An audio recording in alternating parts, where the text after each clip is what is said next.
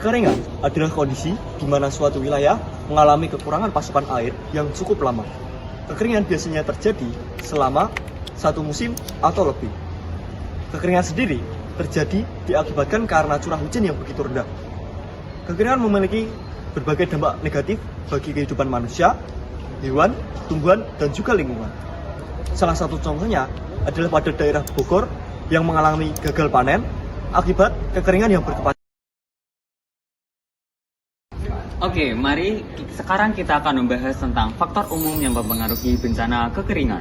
Yang pertama, yakni ada letak geografis, di mana wilayah dengan letak geografis yang dekat dengan daerah pantai memiliki curah hujan yang tinggi dibanding dengan wilayah yang memiliki letak geografis jauh dari daerah pantai.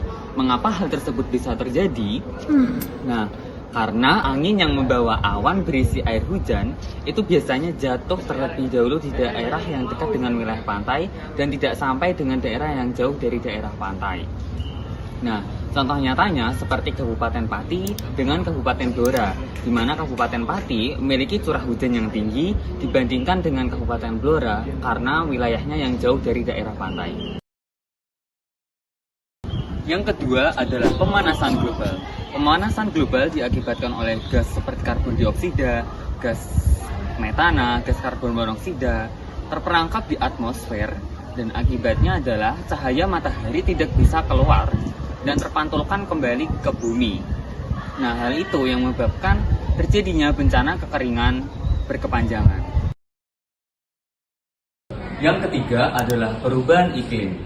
Ini masih ada kaitannya dengan pemanasan global tadi, di mana pemanasan global berdampak kepada perubahan iklim yang tidak menentu seperti sekarang ini. Kalian pasti menyadari bukan bahwa musim hujan itu memasuki bulan Oktober sampai April.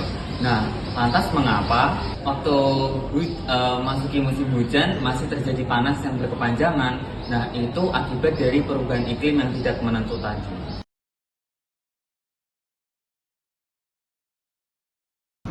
Cara mengatasinya yaitu yang pertama, menggunakan sistem irigasi yang efisien, yaitu gunakan sistem irigasi tetes agar air tidak terbuang. Yang kedua adalah reboisasi dan penghijauan, yaitu menanam pohon dan juga menjaga hutan agar air tanah tetap terjaga. Yang ketiga adalah pengelolaan sumber air, yaitu melindungi dan menjaga sumber mata air serta aliran sungai. Yang terakhir adalah pendidikan dan sosialisasi, yaitu adalah dengan cara mengedukasi masyarakat untuk menjaga sumber mata air kita.